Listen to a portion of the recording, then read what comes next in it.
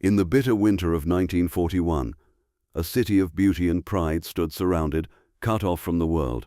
Leningrad, once the cultural heart of Russia, now trapped in a ring of steel and fire.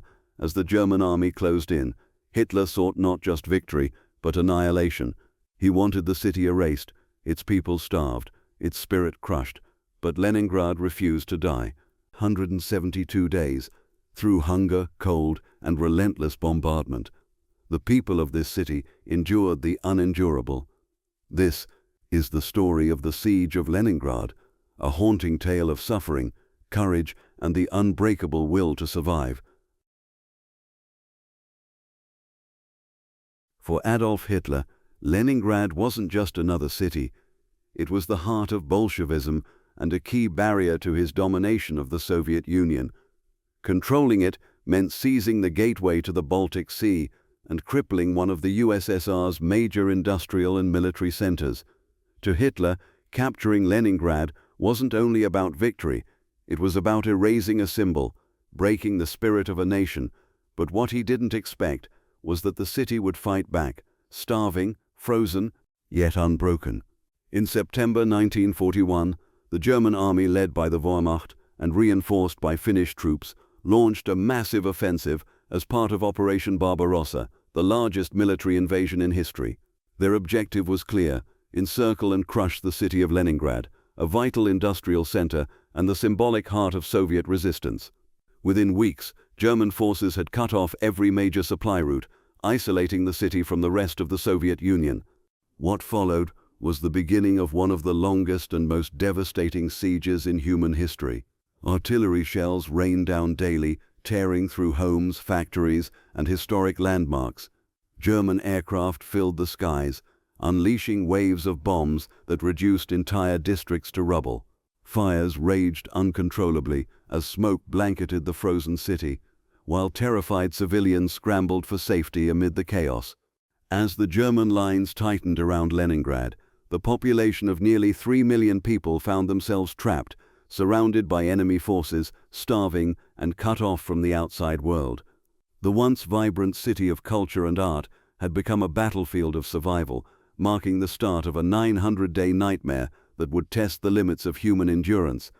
As the brutal Russian winter closed in, Leningrad descended into unimaginable despair. Food supplies had all but vanished, and starvation spread like wildfire through the city. The government introduced the infamous bread cards, rationing what little remained, sometimes no more than a few ounces of bread per person each day.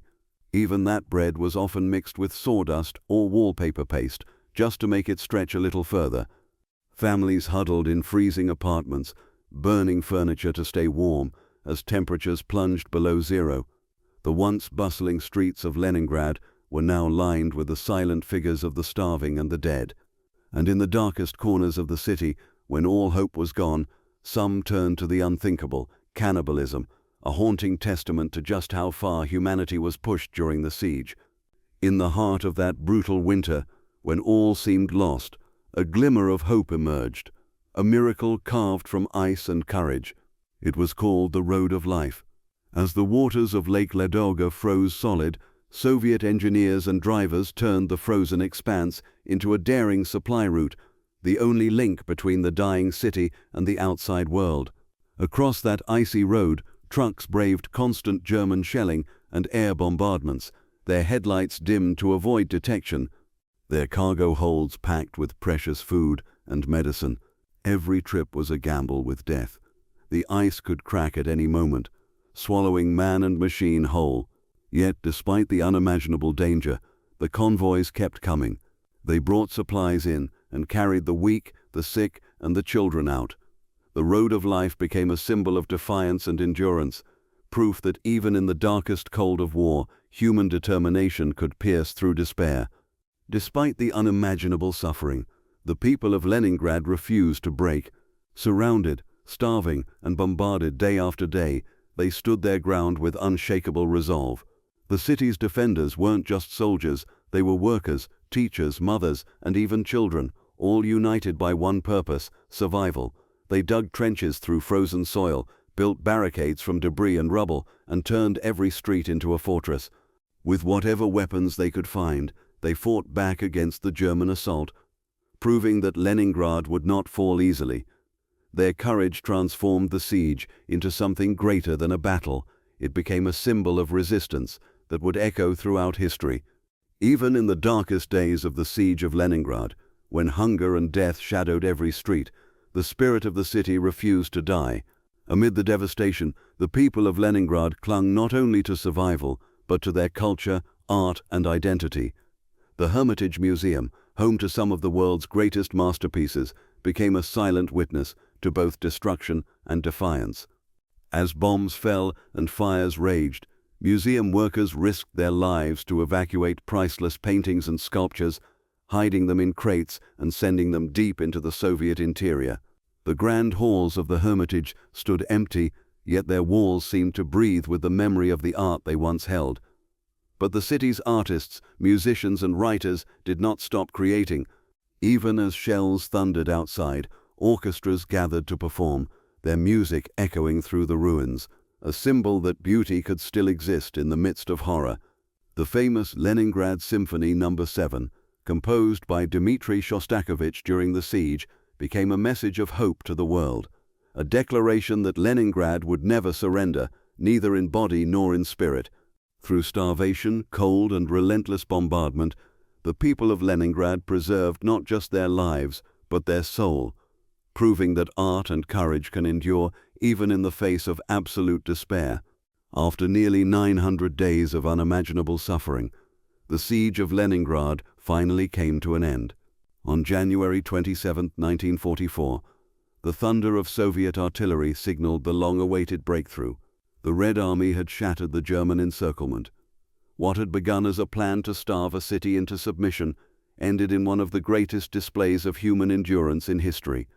The liberation of Leningrad was not just a military triumph, it was a symbol of defiance and resilience. The city's defenders, soldiers, workers, and civilians alike, had endured hunger, cold, and constant bombardment for nearly 2.5 years, yet they never gave in. The red banner rose once more over the shattered skyline, a testament to a people who refused to be broken. When the siege was finally lifted, over 1 million lives had been lost, but Leningrad still stood, scarred, grieving, yet unbowed. Its survival became one of the most powerful symbols of Soviet resistance and a turning point that would echo through the rest of the war. Leningrad had endured the unendurable, and in doing so it became immortal. The Siege of Leningrad stands as one of the most heart-wrenching yet awe-inspiring chapters in the entire history of World War II. For almost 900 days, an entire city was trapped in a nightmare of hunger, cold, and constant bombardment, yet it refused to die. The suffering endured by its people is beyond comprehension, but so too is their unbreakable spirit. What makes the story of Leningrad so powerful is not only the tragedy it represents, but the unshakable will to survive that burned within every man, woman, and child. They endured starvation, fear, and loss, yet never surrendered their hope or their city. Today, the Siege of Leningrad remains a timeless reminder of the true cost of war, the fragility of peace, and the strength that ordinary people can summon in the darkest of times. It is a story of pain, courage, and the unyielding desire for freedom and survival, a story that must never be forgotten. For Adolf Hitler, the failure to capture Leningrad was more than just a military disappointment. It was a humiliation. What he believed would be a swift and decisive victory turned into one of the longest and bloodiest sieges in history. The city that was supposed to fall within weeks held strong for nearly 900 days, defying hunger, bombardment, and the full might of the German war machine.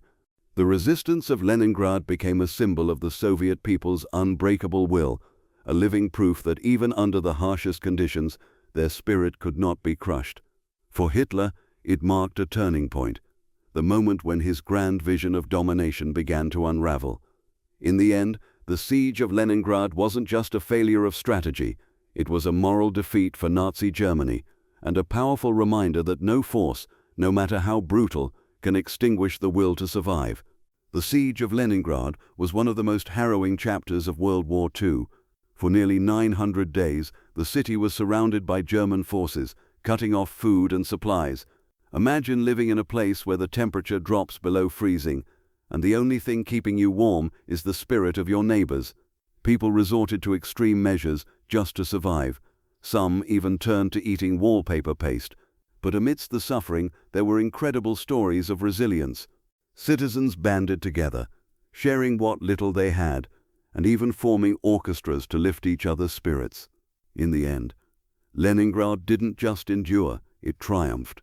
The siege was lifted, and the city emerged not just as a survivor, but as a symbol of human strength and determination. It's a story that reminds us of the power of hope, even in the darkest times.